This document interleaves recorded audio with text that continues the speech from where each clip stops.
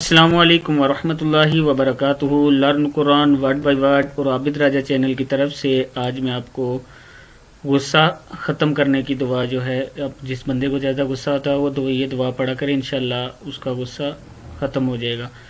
تو یہ دعا پڑھنے سے پہلے آپ درود شریف ایک بار پڑھ لیں، پھر اس کے بعد یہ سورہ آل عمران کی آیت ہے، اس کو 101 مرتبہ پڑھ کر چینی پر دم کر کے 21 دن تک کھلائیں یا پلائیں، کھانا ہے یا پینا ہے آپ نے۔ تو یہ دعا ہے وَالْكَاظِمِينَ الْغَيْظَ وَالْكَاظِمِينَ الْغَيْظَ وَالْعَافِينَ عَنِ النَّاسِ وَاللَّهُ يُحِبُّ الْمُحْسِنِينَ۔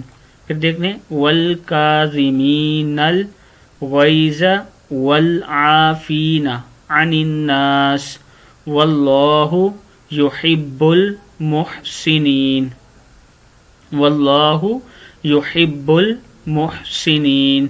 یہ دعا آپ نے 21 دن تک پڑھنی ہے۔ آج کل تمام ہمارے معاشرے میں غصہ بڑا عام پایا جاتا ہے، تو کچھ بھائیوں نے مجھے کہا تھا کہ یہ آپ ہمیں سکھا دیں، تو اس لیے میں نے ویڈیو بنائی ہے آپ لوگوں کے لیے، اس پہ عمل کریں، انشاءاللہ آپ کو اس کا فائدہ ہوگا۔